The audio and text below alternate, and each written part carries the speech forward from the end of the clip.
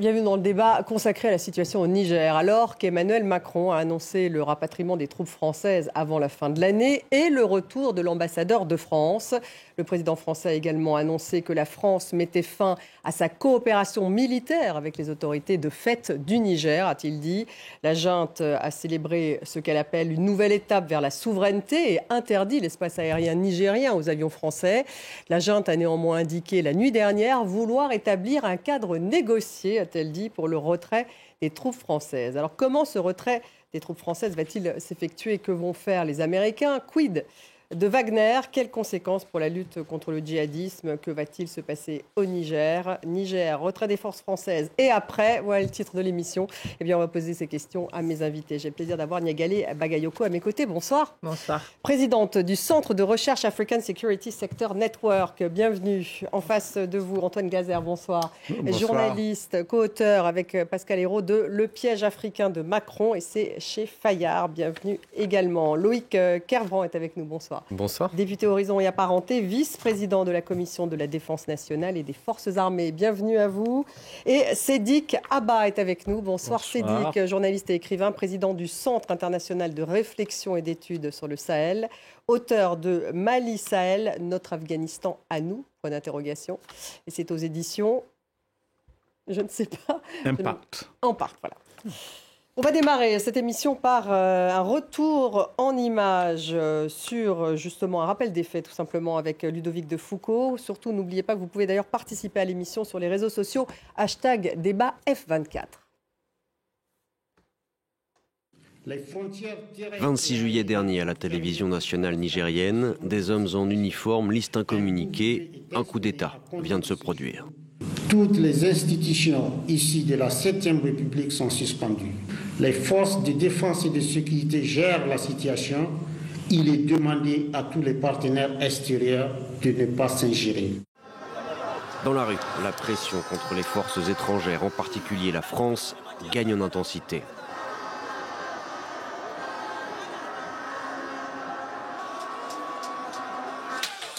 L'ambassade de France est prise pour cible. L'ambassadeur lui-même est sommé de quitter le pays, tout comme les militaires français sur place. Paris refuse de reconnaître la junte et de céder à l'ultimatum. Pour Emmanuel Macron, seul Mohamed Bazoum, retenu contre son gré au palais présidentiel, est légitime. Le chef de l'État français apporte son soutien à la CEDEAO dans cette crise. On ne reconnaît pas les putschistes. On soutient un président qui n'a pas démissionné, aux côtés duquel nous restons engagés. Et nous soutenons l'action diplomatique, et quand elle le décidera militaire, de la CEDEAO, dans une approche de partenariat. Cette menace d'action militaire, la communauté économique des États d'Afrique de l'Ouest l'a effectivement brandie. Si les moyens pacifiques échouent, la CEDEAO ne peut pas se contenter de baisser les bras. Les moyens d'action comprennent l'utilisation de la force. Il s'agit donc d'une option tout à fait envisageable. Un consensus que les États-Unis font voler en éclats en s'opposant à une intervention militaire et en repositionnant leurs troupes au Niger. Washington cherche un compromis avec la junte pour éviter de voir les nouvelles autorités se tourner vers la Russie et le groupe Wagner. L'intervention militaire de la CEDEAO, elle, semble de plus en plus hypothétique et la junte consolide son pouvoir avec la nomination d'un gouvernement. La situation devient intenable et la France se résigne donc à quitter le Niger, le privant de fait de son assistance dans la lutte antiterroriste et de son soutien économique, pourtant crucial. 40% du budget de l'État nigérien dépend des aides internationales. Voilà pour résumer des faits depuis 3 mois. On va écouter à présent Emmanuel Macron. C'était donc dimanche avec nos confrères de France Télévisions et de TF1. Nous mettons fin à notre coopération militaire avec les autorités de fait du Niger, car elles ne veulent plus lutter contre le terrorisme. C'est donc la fin de la présence française militaire au Niger. Elle sera organisée dans le temps, dans les semaines à venir, mais c'est la fin de cette coopération. Parce que nous ne sommes pas là pour participer à la vie politique, pour être les otages en quelque sorte de putschistes. Mais je vais être très clair. On le voit déjà aujourd'hui au Mali. Ils vont rentrer de manière ordonnée dans les semaines et les mois qui viennent. Et là, nous concerterons avec les putschistes, parce que nous voulons que ça se fasse dans le calme. Mais d'ici la fin de l'année. Mais d'ici la fin de l'année.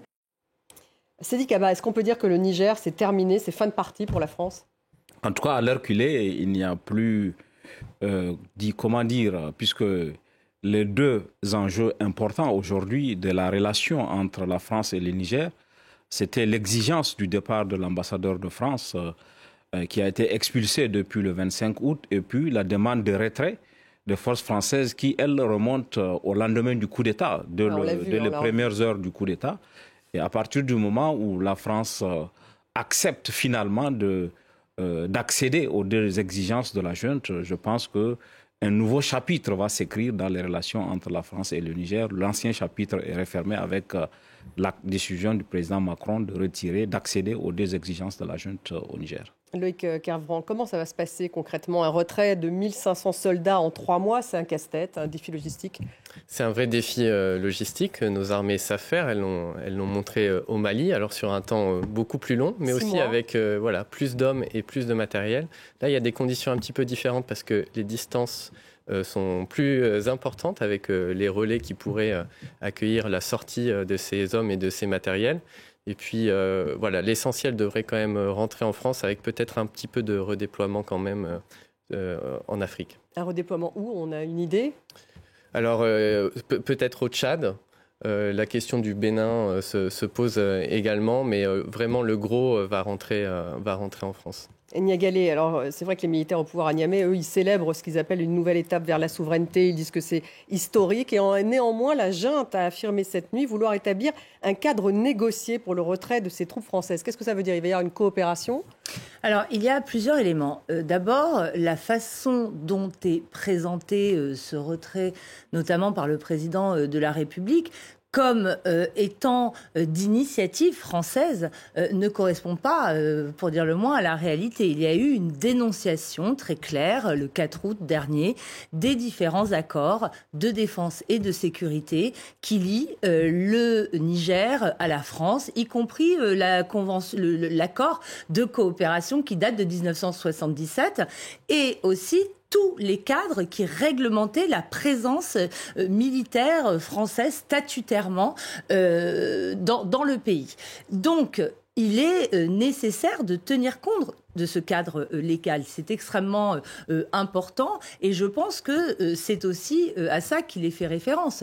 On voit cependant... C'est-à-dire, est-ce qu'il y a cassure ou au contraire coopération dans le cadre de ce retrait? On voit cependant qu'il y a un désir des deux côtés de ne pas rompre totalement les liens, en tout cas de nature opérationnelle. Il ne faut pas oublier qu'il y a eu une coopération en matière de ce qu'on appelait le partenariat de combat qui a été extrêmement poussé. Les forces armées françaises, pour ce qui concernait les interventions de type opérationnel, étaient d'ailleurs placées sous commandement de l'état-major de l'armée nigérienne. Et ils peuvent à ce stade coopérer? Loïc Kervran, vous vouliez réagir là-dessus? Oui, parce qu'un des points importants... Après la dénonciation des accords de coopération?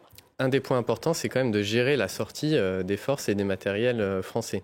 Et ça, c'est la responsabilité de la junte aussi, d'assurer une sortie en sécurité, dans le respect de la sécurité, en particulier de nos militaires.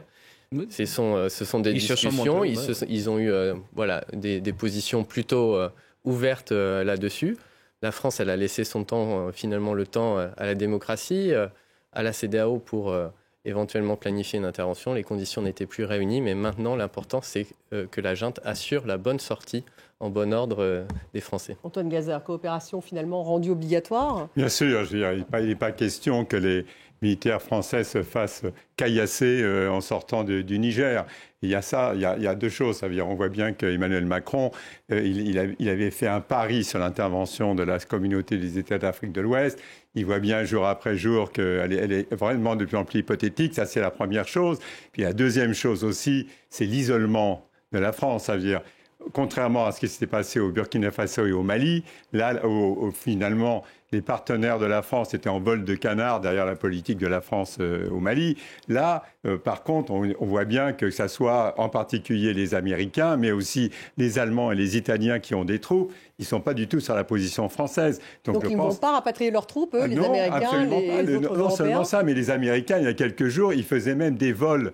Ils avaient repris leur vol, soi-disant pour protéger, enfin, je ne sais pas soi-disant, ils disaient que c'était pour protéger les soldats au sol. Mais ils ont une autre politique. Ils ont mis 100 millions de dollars dans une base au nord du Niger. On va y revenir d'ailleurs. Voilà, donc je veux dire, je pense qu'on voit bien que le président, il a pris acte que du fait, que finalement, il n'y avait pas d'intervention de la CEDEAO et la France depuis intervenue en première ligne, et deuxièmement, la France est isolée, y compris par ses propres partenaires européens. Sédic, mais un mot quand même sur l'intervention de la CEDEAO. Est-ce qu'il y avait vraiment été question à un moment d'une intervention militaire ? Absolument. Je pense que la CEDEAO avait eu ce projet-là parce que le Niger était devenu pour elle un enjeu qui dépasse le simple Niger. La CEDEAO a échoué à imposer un rapport de force. Elle a échoué à imposer un rapport de force aux militaires burkinabés, aux militaires maliens, aux militaires guinéens. Pour elle, le Niger, c'était le coup d'État de trop. Elle jouait sa crédibilité et sa survie et elle a actionné, elle a eu vraiment le projet d'avoir une intervention militaire puisque les chefs d'état-major de la CEDEAO s'étaient réunis. Le président, oui, mais il faut aussi les conditions d'intervention parce que l'intervention militaire présentait un risque important. Et elle était totalement aléatoire. Compte tenu de la configuration de Niamey, les lieux du pouvoir sont au cœur de la capitale. On ne peut pas faire une intervention sans grand risque. Il y a ce risque-là, il y a l'aléa politique. Si on fait une intervention pour rétablir le président Bazoum, comment va-t-il gouverner? Avec qui va-t-il gouverner? Et puis, il y a aussi, si jamais une confrontation se faisait, on va y revenir, elle affaiblirait l'armée nigérienne et les armées qui vont se coaliser aux côtés du Niger. On se retrouverait à donner de grains à moudre aux groupes terroristes qui sont... Mais est-ce qu'ils n'ont pas perdu leur crédibilité, du coup, la CEDEAO ? Alors, en préparant un projet qui, finalement, ils n'ont pas exécuté. En tout cas, ils ne l'ont pas regagné, parce que l'une des difficultés de la CEDEAO, d'une manière générale, c'est sa perte de légitimité et de crédibilité, en raison à la fois de son non-déploiement opérationnel en tant que tel dans la lutte contre les djihadistes, mais aussi de tous ces renoncements face au coup d'État militaire, mais aussi au changement de pouvoir inconstitutionnel opéré par des civils. Donc elle ne l'a pas regagné. Mais est-ce qu'elle comptait sur la France, en fait ? Un soutien peut-être plus fort de la France dans le cadre de cette intervention ? Moi, je n'y crois pas du tout, dans la mesure où on dit toujours que la CEDEAO est aux mains des Français. C'est faux. C'est une organisation qui est très dominée par les anglophones, notamment le Nigeria, qui a le souvenir traumatisé de ce qui s'est passé avec le Biafra. Donc, qui a freiné des quatre fers. Et la création du G5 Sahel par la France, avec son soutien, visait aussi à contourner la CEDEAO. Je pense qu'il est important de dire que le projet a subi un revers à cause des contingences nationales du Nigeria. Le Nigeria était le fer de lance de cette intervention dans le schéma initial. À partir du moment où le Sénat du Nigeria avait refusé l'autorisation au président Tinubu et que l'ensemble des gouverneurs haoussaphones du Nigeria et tous les chefs religieux s'étaient mobilisés en disant que le Nigeria ne peut pas faire la guerre au Niger, il n'y a pas eu un autre leadership de cette intervention et du coup, l'intervention a fait push. En fait, moi je suis totalement d'accord avec Sédic. En fait, c'est le Nigeria qui est quand même le grand pays de la région. Et en fait, le Nigeria a eu ses problèmes internes. Je veux dire, eux, ils considèrent... Mais après réflexion, parce qu'ils considèrent... Lorsque le président Tinubu est arrivé au pouvoir, il est devenu président de la CEDEAO et à ce moment-là, il a montré les muscles et montré qu'il était le patron de la région. Il disait Nigeria is back, on va voir notre diplomatie d'influence dans toute la région. Et en fait, derrière lui, c'est propre, non seulement il y a le Sénat, mais même ses militaires, etc. Et le risque de massacre de civils. Ça, c'était aussi un truc qui a fait reculer un certain nombre de pays extérieurs en disant non, on ne va pas soutenir ça. Il n'y avait finalement qu'Emmanuel Macron qui soutenait cette intervention. Loïc Kervran, la France doit-elle remettre à plat justement sa politique en Afrique en se retirant du Niger? Il y a eu tout de même le Mali, le Burkina, maintenant le Niger. Est-ce qu'il faut tout remettre à plat? Ce qui est intéressant, c'est que le président de la République avait parlé de cette remise à plat avant ces retraits successifs. Il avait parlé de démilitariser la présence française en Afrique. Il avait parlé des autres dimensions de nos partenariats et aussi de voir l'Afrique bien au-delà du Sahel, puisque en réalité aujourd'hui, la France approfondit ses relations avec un certain nombre de pays. Je pense à l'Éthiopie, par exemple, au Kenya, etc. Donc il faut aussi dézoomer un petit peu, voilà, aller vers des pays anglophones, aller vers des pays lusophones. Problématique l'Éthiopie quand même, comme régime aussi. Bien sûr, mais oui. Ça c'est la difficulté d'opérer avec un certain nombre de ces pays. Mais la réalité, elle est là. En fait, il y avait déjà une réflexion préexistante sur tous ces sujets, y compris sur, on va dire, l'abaissement de la part militaire de la relation et des partenariats avec les pays africains. C'est ça qu'il faut faire, en fait. Il faut oublier un peu la présence militaire aujourd'hui française en Afrique, tout court, Niagalé. Ce qui est certain, c'est que elle apparaît, cette présence militaire, comme le symbole honni d'un passé, notamment colonial ou post-colonial ou paternaliste. Il y a cet élément. Mais pour moi, au-delà des éléments très justes qui viennent d'être rappelés, ce qui s'est produit, c'est surtout la revanche des opinions publiques. En effet, il y avait les positions des sénateurs au Nigeria, etc. Mais aussi bien au Niger que dans toute la sous-région, on a vu une hostilité absolument généralisée face à toute intervention extérieure et aussi face au maintien provoqué par quoi ? Ce n'est pas seulement les réseaux sociaux, ce n'est pas... c'est pas seulement les réseaux sociaux. Si on le prend le cas du Niger, qui est très intéressant, s'il y a un long moment en réalité que la présence française est dénoncée.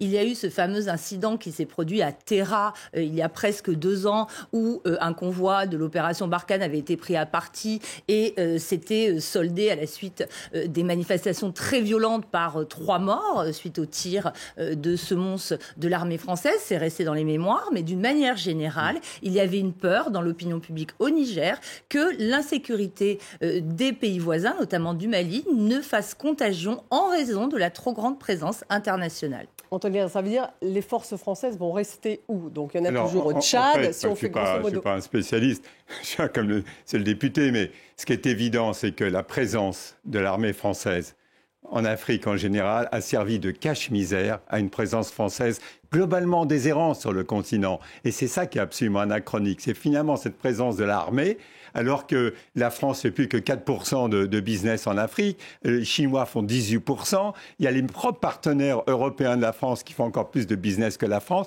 mais la France est restée le gendarme de l'Afrique. C'était bien du temps de la guerre froide parce qu'ils avaient aussi le business, c'était des rentes politiques. Et là, les contraintes de partir. Et on est dans une autre période historique, ça veut dire qu'il faut aussi passer, c'est quelque chose qui est historique, il faut passer à autre chose. Quant à la présence, c'est vrai que le président Macron avait dit que le 14 juillet, il définirait à nouveau ce qui ferait des bases militaires françaises en Afrique. Ça n'a pas été fait. On a compris qu'il y aurait une partie de formation, mais très franchement, il y aura normalement un allègement de toutes les bases militaires, mais entre alléger, les transformer, etc. Puis je vais vous dire, quand vous êtes président de la République française, chef des armées, vous avez tous les généraux autour de vous, c'est-à-dire leur corporatisme de l'armée française, c'est pas rien non plus. Donc la marge c'est aussi du franco-français. Oui, Loïc Hervon. Donc ça veut dire on déploie où ? Peut-être vous disiez au Tchad, peut-être c'est un retrait au niveau des 2/3, ils vont vraiment être rapatriés en France ? Oui, le gros va être rapatrié en France. Après tout, les arbitrages sont pas pris. Mais ce qui est important de voir, c'est qu'au Sahel, on avait des présences qui étaient de toute façon faites pour ne pas durer. Au contraire d'autres endroits, à Djibouti, au Sénégal, en Côte d'Ivoire, où on a des présences beaucoup plus anciennes. Et qui vont rester, qui vont être modifiés selon les axes qu'avait indiqué le président de la République avant tous ces événements. Est-ce qu'on passe vraiment à autre chose, là ? Comme disait Antoine Glaser, Seydi Kaba ? Ah non, il y a c'est un nouveau chapitre, c'est un nouveau cycle. Absolument, c'est peut-être un nouveau livre, plus qu'un chapitre. Je pense qu'il y a quelque chose qui a changé. Et la France a eu du mal à percevoir l'évolution de l'Afrique. Et je pense que beaucoup de mauvaises appréciations. L'Afrique s'est diversifiée, il y a beaucoup de nouveaux compétiteurs et la France est restée plutôt dans la lecture du précaré. Et ça, je pense qu'elle est passée en disant le contraire en même temps. À côté de cette lecture-là. Et il y a eu tout ce que l'on sait aujourd'hui. L'absence d'abord de résultats de la lutte contre le terrorisme au Sahel, puisque le paradigme du tout militaire et sécuritaire n'a pas été efficace. N'a pas été à la hauteur. On a pensé qu'il suffisait des drones, de 5000 soldats, de ramener 600 légionnaires pour écraser la menace terroriste au Sahel. Ça n'a pas marché. Et à côté de ça, il y a eu, ne l'oublions pas, toutes les maladresses diplomatiques. Le coup de menton maladroit qui ont été faits, qui ont été perçus justement, mal perçus au Sahel, qui ont aggravé justement la relation entre la France et l'Afrique. Oui, non, vraiment, pour compléter, en effet, cette affirmation qui est de plus en plus récurrente, d'ailleurs, d'un succès qu'aurait été le déploiement français, est étonnant parce qu'il fait totalement écho au discours que l'on voit chez les jeunes aujourd'hui qui parlent en permanence de leur succès dans la lutte contre le terrorisme. La réalité est qu'on est face à un échec collectif au niveau national, au niveau international, qui n'est pas propre qu'au Sahel, qui s'est produit également en Afghanistan, qui s'est produit au Moyen-Orient. Et tant qu'on ne fera pas les leçons apprises de ces échecs à contenir un certain type d'ennemis, eh ben, on continuera à se heurter à celui-ci. On va y revenir. Avant cela, on va parler un peu des Américains, justement, parce qu'on le sait moins qu'ils sont présents. Ils ont un peu plus de 1000 soldats au Niger, et ils ont affirmé donc qu'ils allaient étudier donc toutes les mesures possibles concernant la présence militaire dans la région. Ça, c'était hier. On va écouter, c'est Lloyd Austin, le chef du Pentagone. Nous espérons une solution diplomatique. Nous voulons une fin pacifique à la crise et surtout nous voulons que les autorités démocratiquement élues du Niger soient préservées. Même si nous donnons une chance à la diplomatie, nous allons aussi continuer d'évaluer toutes les options qui préserveront nos objectifs démocratiques et sécuritaires, et ces deux objectifs sont interdépendants. Sidi Kaba, est-ce que en fait, c'est lié, la stratégie américaine aujourd'hui, au retrait des troupes françaises ou pas du tout? Non, les Américains qui ne parlent pas de coup d'État d'ailleurs, parce que légalement, s'ils disaient coup d'État, ils seraient obligés de partir. Dès le départ, la posture américaine était claire. Il s'agissait pour les Américains, l'enjeu le plus important, c'était d'éviter que le Niger bascule dans le giron de Russie et que Wagner arrive. Pour cette raison-là, pour atteindre cet objectif, ils avaient accepté de continuer à discuter avec la junte. Ils n'ont jamais rompu le canal de discussion. Il y avait, avant cette affirmation, il y avait un émissaire du président Biden, une émissaire d'ailleurs, qui était venu à Niamey spécialement pour rencontrer un des responsables de la junte qui a discuté avec elle. Et les Américains, cette posture-là fait en sorte que sur l'agenda de la junte, il n'y a pas de départ des Américains. Et pour eux, les Américains peuvent rester. Et donc là, malgré le départ des Français, ça ne changera pas leur posture. A priori, ils vont rester à Agadez. D'ailleurs, quand les Américains ont vu qu'il y avait des risques que la base aérienne soit attaquée, ils ont décidé de déplacer leurs hommes de Niamey à Agadez, de la base 101 à la base 202, pour dire que nous, on n'est pas dans cette affaire. On laisse les Français se débrouiller avec le malheur qui leur arrive. Ouais. Eux, ils sont dans cette posture. Ils vont continuer à rester au Niger. Ils profiteraient même de la situation. C'est ça. Ils ne profitent pas. Simplement, les Américains, je pense que pendant très longtemps, et d'ailleurs ils servaient de grandes oreilles de renseignement à l'armée française, je pense que les Américains, maintenant, ils ont leur propre politique sur l'Afrique qu'ils n'avaient pas. Ils laissaient les Européens faire, et en particulier la France dans son précaré. Actuellement, ils sont aussi à l'offensive dans un pays comme la Centrafrique.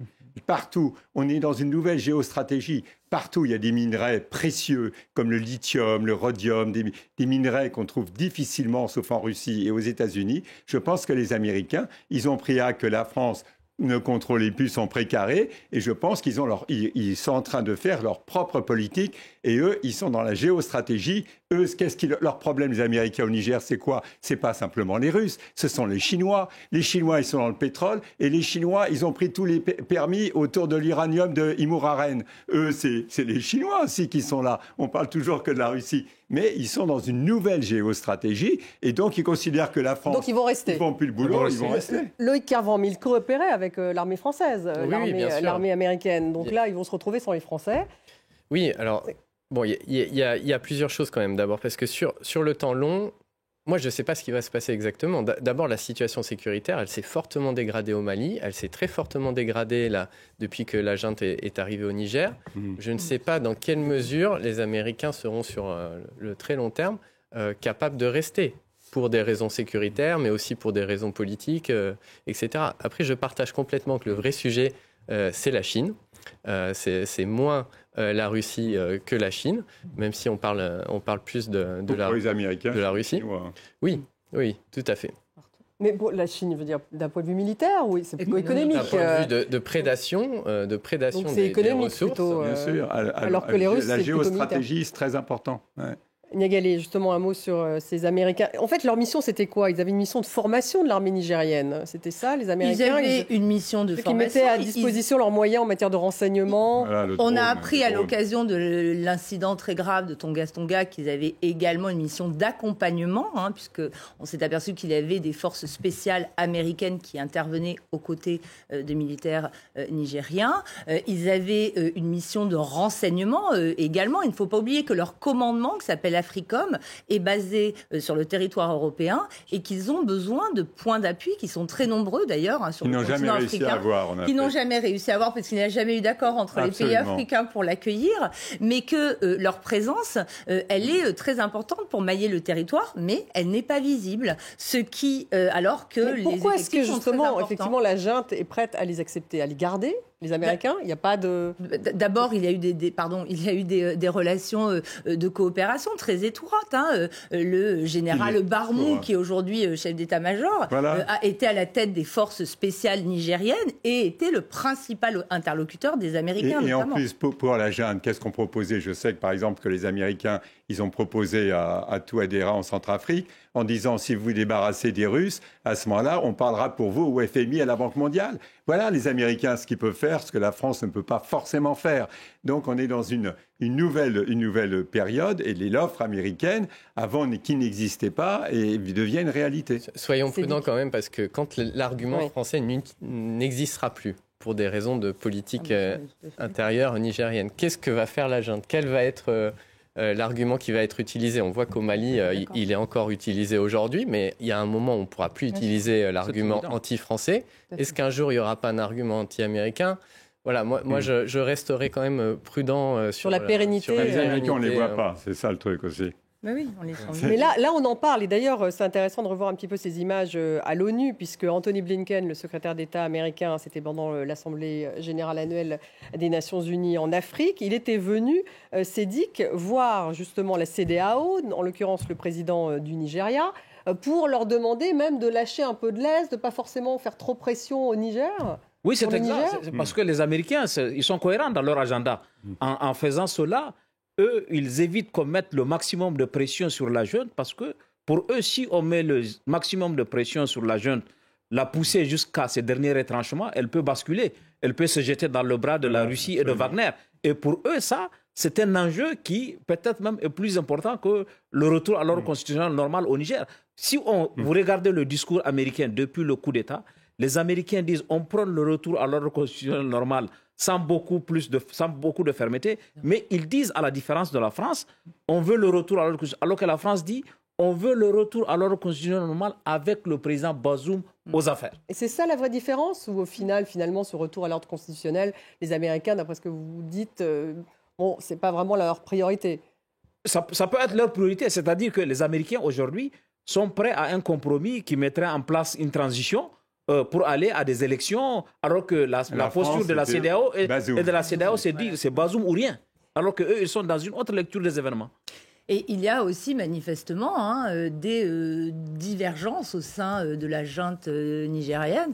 Quant aux alliés à privilégier, il semble y avoir certains hauts gradés qui sont beaucoup plus favorables aux Russes. On pense notamment au général Modi, qui est chef d'état-major, qui a revendiqué très tôt, même avant son limogeage, de vouloir se rapprocher avec le Mali et le Burkina Faso, et qui est sans doute aussi l'un des artisans de cette nouvelle alliance du Liptako-Gourma qui a été scellée entre les trois régimes militaires, et d'autres qui sont beaucoup plus favorables en interne à une proximité avec les alliés occidentaux. C'est très important. Ça veut dire ce qui va se jouer maintenant, c'est par rapport aux voisins. C'est l'histoire de Liptako-Gourma. C'est aussi par rapport à la CEDEAO. Parce que la CEDEAO, on parle des interventions militaires, mais ils ont complètement étranglé le Niger sur le plan économique et financier. Et donc, c'est ça. Autant quand ça s'était fait au Mali, les Maliens avec les diasporas, il y a 300-400 000 Maliens en France, avec les téléphones et tout, ils arrivent encore à nourrir leur famille et tout. Mais je veux dire, c'est ça aussi. C'est par rapport aux voisins. Et c'est très bien, c'est leur problème. c'est pas le nôtre. Et c'est très bien qu'ils interviennent avec des problèmes, avec les voisins. Parce qu'on dit toujours, on a l'impression qu'on s'en va, on dit, oh là là, les pauvres, qu'est-ce qu'ils vont devenir? Mais maintenant, c'est avec les voisins qu'ils vont discuter. Ils vont sans doute attaquer je parle politiquement, la Côte d'Ivoire, tous ceux qui les étranglent de la CEDEAO. Et ils vont discuter ensemble avec leurs voisins. Ça, ce sera la nouvelle étape. Oui, mais moi, cette alliance, j'ai un regard quand même un peu préoccupé dessus, parce que j'ai l'impression de ce qu'on en voit, pas grand-chose encore aujourd'hui, mais que son premier objectif, c'est quand même de préserver ces trois régimes, beaucoup plus que la lutte contre le djihadisme, contre le terrorisme. Oui, et on a vu que l'approche extrêmement militaire et brutale du Burkina et du Mali sur la question djihadiste n'a pas produit d'effet, au contraire, si ce n'est d'alimenter le recrutement des groupes djihadistes. On va y revenir avec une carte vraiment sur justement cette situation sécuritaire. Juste un petit mot avant, puisqu'on parlait des Américains, des Nations Unies, pour terminer sur cette réunion annuelle de l'ONU, parce qu'il faut tout de même rappeler que le Mali et le Burkina Faso se sont fait un peu les porte-voix du Niger, puisque le Niger avait un envoyé de la junte qui a été empêché de prendre la parole. Donc là, qu'est-ce que ça signifiait, Sédik Abba? En fait, il y a eu une sorte de bras de fer entre Antonio Guterres, le secrétaire général de l'ONU, et la junte nigérienne à New York. Oui, il y a eu un imbroglio, puisque pour prendre la parole à l'Assemblée générale, il y a une commission d'accréditation. La France a même essayé d'aider le régime renversé en demandant une convocation d'une réunion extraordinaire du comité pour homologuer la prise de parole par l'émissaire du pouvoir renversé, le ministre du Commerce Al-Kash, oui. Et ça n'a pas marché. Et contre l'ONU a préféré couper la poire en deux en disant personne ne prend la parole. Et ni la jeune, ni le régime renversé n'a eu la parole. Et du coup, le Niger n'a pas pris la parole. En revanche, le Mali, oui, et le Burkina aussi. Et la Guinée. Je crois qu'on entend justement le secrétaire général de l'ONU, là, à l'instant, Antonio Guterres. Il y a eu une petite erreur, parce qu'on devait justement... Mais c'est ça l'incohérence de l'ONU, c'est que l'ONU n'a pas empêché que le régime militaire en Guinée, au Mali et au Burkina prennent la parole, mais a empêché le Niger, et ça n'a pas eu d'explication véritable. Donc du coup, ils l'ont vécu comme une stigmatisation, j'imagine. C'était un peu sale. Comme une instrumentalisation par les pays occidentaux. Oui, bien entendu. Mais je pense qu'il est quand même important de revenir sur le point que vous abordiez, à savoir cette alliance.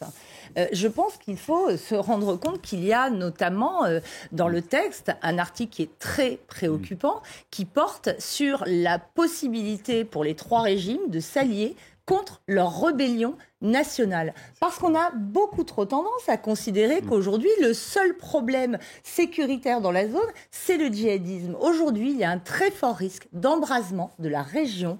D'abord parce que la guerre est en train de reprendre entre les Maliens... Coordination de l'Azawad, la CMA au nord du Mali et les autorités actuellement en place. C'est un élément essentiel qui va, à mon avis, occuper l'agenda des quelques mois à venir, mais qui crée également des nouvelles propensions au Niger de relancer aussi ce type de rébellion. Donc attention, parce que les divergences d'analyse stratégique qui ont considéré pour les partenaires extérieurs à se focaliser uniquement contre la lutte contre le terrorisme, alors qu'il y a beaucoup d'autres de problématiques sécuritaires et politiques dans la zone. Attention à ne pas reproduire cette erreur, à mon avis. Loïc Carvan, pour répondre justement à ces problématiques on va voir une carte, d'ailleurs, tout de même, avec la présence des différents djihadistes, mais sur cette problématique qui est beaucoup plus large, finalement, que juste les Oui, et puis en djihadistes. réalité, les choses ne sont pas figées. D'ailleurs, certains parlent d'insurrection communautaire à caractère djihadiste, finalement. Oui. On a mais ça, c'est plutôt le Mali. Qui utilisent... Oui, au Mali, effectivement, qui utilise le truchement du djihadisme pour... voilà.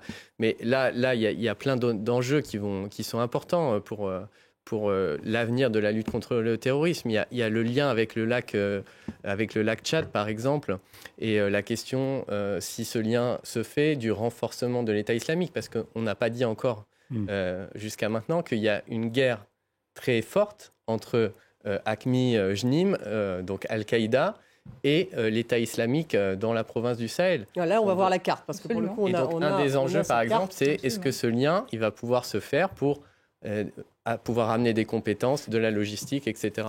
Est-ce qu'il va y avoir un lien entre... Enfin, pour l'instant, ils sont plutôt Pour l'instant, en fait, quand les gens ils voient ça, ils disent c'est bien, ils s'affrontent entre eux. Mais le problème le plus important, c'est quand même au Mali, quand vous avez le gouvernement, les putschistes maliens qui disent on ne peut pas faire les élections, on reporte les élections qui devaient avoir lieu en février 2024 parce qu'on n'a pas eu, il y a une boîte française qui ne nous a pas permis, qui n'a pas fourni le matériel. En fait, la réalité, c'est que c'est l'histoire du Nord, comment ils vont faire les élections alors qu'il n'y a plus accès à l'armée malienne au nord du pays. Et pourquoi il n'y a plus accès à l'armée? Tout simplement parce qu'il y avait... Ce sont des djihadistes ou ce sont des combats? Il y avait une coordination des mouvements de l'Azawad, ce qu'on appelle, ce sont des Touaregs du nord du Mali, qui ont toujours empêché le gouvernement central d'aller en la capitale, pour eux c'est Kidal. Ils avaient demandé, quand ils sont rentrés de Libye, en disant on veut créer l'Azawad, ce sont des indépendantistes, et pendant toute une période, la France a défendu finalement les Touaregs contre les djihadistes et empêchant le gouvernement central de reprendre Kidal. Il y a toute une histoire. Et actuellement, il y a un accord d'Alger. Je pense que un accord d'Alger qui a explosé. Donc en ce moment, il y a à nouveau un affrontement entre ce nord des indépendantistes et le gouvernement central de Bamako. Au Mali. Oui, c'est tout à fait juste. Et aujourd'hui, il y a un risque de déstabilisation du Sahel qui était déjà grave avec la perspective de la reprise. C'est la perspective de la reprise de la guerre entre les groupes signataires de l'accord d'Alger. L'accord d'Alger qui a été signé en février 2015 pour mettre fin à la guerre entre les mouvements armés Touareg et l'État malien. Là, il y a une perspective de reprise. Il y a déjà quelques affrontements. Et si la guerre reprend, ça fait 2 guerres au Mali. La guerre contre les djihadistes, la guerre contre les groupes armés. Et du coup, ça pourrait accélérer l'effondrement de l'État malien avec les contre-coups pour l'ensemble de la sous-région. Et je pense que Niagalé a tout à fait raison d'alerter sur le danger qu'il y a justement dans l'accord. Parce que l'accord qui a été signé entre les États, tout en ayant une perspective. Aujourd'hui, on ne peut que construire une réponse transnationale à la menace djihadiste. Il faut absolument que le Mali, le Niger et le Burkina travaillent ensemble. Mais de là à franchir le pas, ils sont dans cette perspective. Mais attention à ne pas considérer des problèmes intérieurs comme des problèmes que le Niger va aller défendre au Mali ou que le Niger va aller défendre au Burkina Faso. Parce que ça crée un embrasement communautaire. Pardonnez-moi, vous décrivez une poudrière. Là. Une poudrière, mais qui surtout... Et puis surtout qui est exactement celle qu'on avait en 2013. Ouais. Aujourd'hui, on se retrouve exactement à la situation de 2013 à tous les égards. L'échec de la CEDEAO, la rébellion avec les Touaregs au nord, les groupes djihadistes, en effet, les groupes criminels. Il est très intéressant quand on lit les derniers bulletins de l'armée du Niger qui parlent de ces groupes criminels organisés. C'est ceux qu'on trouve en lien avec le Nigeria. On a le sentiment qu'on a perdu 10 ans, en réalité, qu'on se retrouve exactement face aux mêmes problématiques. Oui, je voyais certains sur les réseaux sociaux qui disaient mais est-ce que ça peut être plus instable que ça l'est maintenant? Oui, bien sûr, vous avez bien évoqué le cas du Mali, mais le Niger jusque-là était quand même relativement épargné. Ouais. Le président Bazoum, il avait réussi à négocier avec les 2 principaux groupes djihadistes. C'était à peu près apaisé. Il avait une politique aussi un peu multidimensionnelle, de lutte contre la corruption, d'autres choses qui permettaient d'échanges de prisonniers, qui avaient permis de garder. Là, on a un nouveau territoire qui risque vraiment de basculer. Là, il y a eu plus de morts depuis que la junte est arrivée au pouvoir que depuis le début de l'année. Plus la Libye au nord, qui peut avec le Niger. Plus la Libye. Il nous reste 5 minutes, justement, juste un tout petit mot. D'abord, l'ambassadeur de France, vous n'avez pas de nouvelles, il est toujours là-bas. Je n'ai pas de... Aucune des informations peut-être, Cédric? Non, je pense que puisque la France a décidé, maintenant ils vont organiser avec la junte, ça va faire l'objet de discussions pour qu'un sauf-conduit lui soit accordé pour qu'il puisse quitter le pays dignement. Je pense que c'est ça qui va être négocié, c'est ça qui est en discussion. Bazoum. Le président Macron a dit... pour le président Bazoum, on ne sait pas. On n'a pas. La junte elle-même n'a pas de visibilité claire. Un moment, elle avait annoncé des poursuites qui allaient être engagées. Ces poursuites ne sont pas venues. Et aujourd'hui, je pense qu'il faut alerter sur les conditions de vie qui continuent de se dégrader. Il n'a pas d'eau, il n'a pas d'électricité. Et là, ils vont le garder comme ça. Je pense qu'eux-mêmes, ils vont finir par décider de son sort. Mais c'est un des points, puisque jusqu'ici, la junte avait mobilisé, comme il a été dit, contre la France À partir du moment où cet agenda est passé, on va voir maintenant. Je pense que l'heure de vérité a sonné maintenant, puisque la France a décidé de partir. Et le président Bazoum, a porté plainte devant la Cour de justice de la CEDEAO. C'est la dernière action d'importance qu'il a adoptée. Mais à mon avis, l'un des enjeux, puisqu'en effet, on va revenir de facto à des questions de politique intérieure, c'est celle de cette lutte au sein du parti au pouvoir qui s'appelle le PNDS entre les partisans du président Issoufou et ceux du président Bazoum, et la question de la lutte contre la corruption qui est également demandée à haut cri par la foule qui voudrait, semble-t-il, se déplacer après le départ des forces françaises de ce fameux rond-point où elle est stationnée vers la résidence de l'ancien président Mamadou Issoufou, selon certaines rumeurs. Donc il y aurait en fait toutes ces rivalités politiques avec une junte qui resterait pour l'instant, en tout cas... rien n'est tranché maintenant. Maintenant, c'est le débat interne au Niger. C'est le débat interne au Niger. C'est à eux de savoir. On sait bien que le président Bazoum, il est resté 10 mois au pouvoir sans rien changer des gens qui avaient été mis en place par son prédécesseur Mamadou Issoufou, y compris dans le pétrole ou ailleurs. Donc là, c'est l'heure de vérité, mais entre eux, je veux dire, plus le président Bazoum, à un moment donné, pour vous raconter une anecdote, un jour, il passe à Paris avant même l'élection et il se l'appelle, j'avais eu le malheur de dire qu'il avait rencontré les autorités françaises. Il m'appelle, il me dit, mais comment vous pouvez dire ça? J'ai jamais rencontré les autorités françaises, j'étais là pour des problèmes de santé. C'est tellement, il craignait qu'on l'assimile à la France, pour vous dire comment finalement la France, je n'ai pas fait son malheur, mais plus vous dites en ce moment en Afrique, un président, on soutient tel président, plus vous creusez sa tombe. Et Issoufou alors dans tout ça? Issoufou, je pense que il essaie de reprendre la main, mais son rôle n'a jamais été clarifié. Non. Depuis le 26 juillet, lui qui avait il a joué habitué, un rôle. Lui, bien sûr, en tout cas, il reste à clarifier, puisque compte tenu de l'autorité morale dont il jouit dans le pays, on se serait attendu à ce que dès le 26 ou les jours suivants qu'il condamne le coup d'État.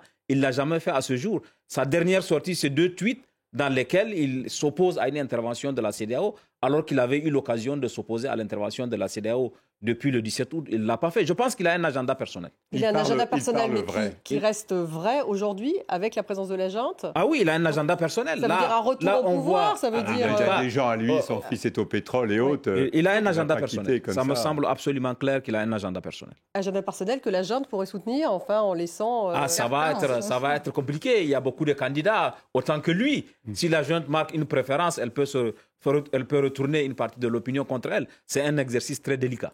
Merci. Mais c'est leur problème.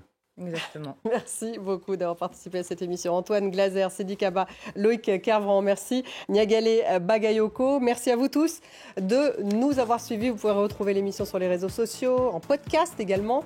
À demain.